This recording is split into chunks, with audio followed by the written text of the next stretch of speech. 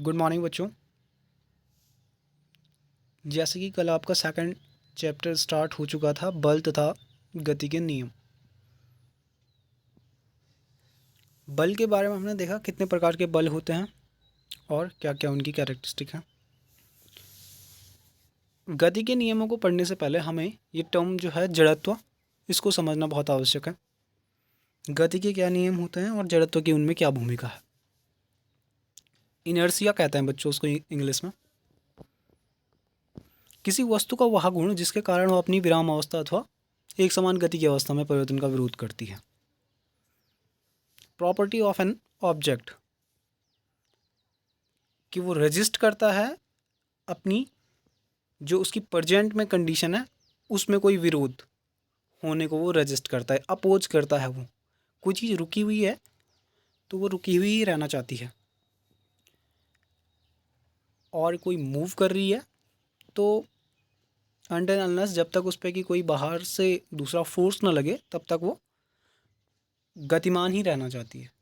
इस तरीके की प्रॉपर्टीज़ होती है हर किसी वस्तु में, कि वो अपनी जो प्रेजेंट उसकी कंडीशन है, प्रेजेंट जो स्टेट है उसकी, उसको ही ऑक्यूपाई करने की कोशिश करता है वो, या उसी में बने रहने की कोशिश करता है वो, जब तक हम उसको बाहर से डिस्टर्ब ना करें।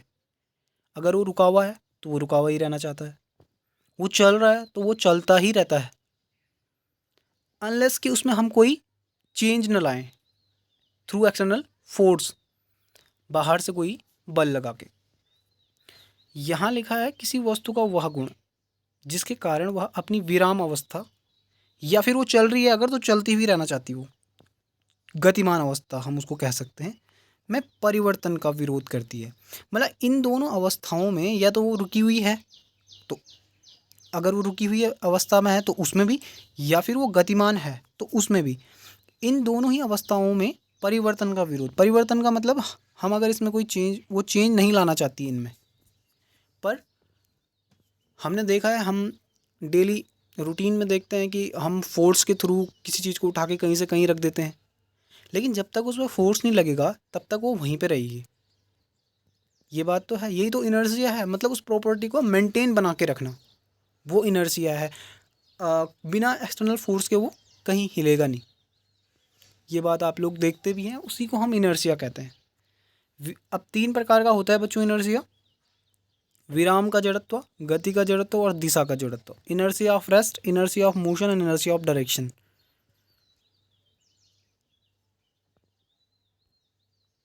वस्तु का वह गुण जिसके कारण वह अपनी विराम अवस्था में होने वाले परिवर्तन का विरोध करती है, विराम का जड़त्व कहलाता है।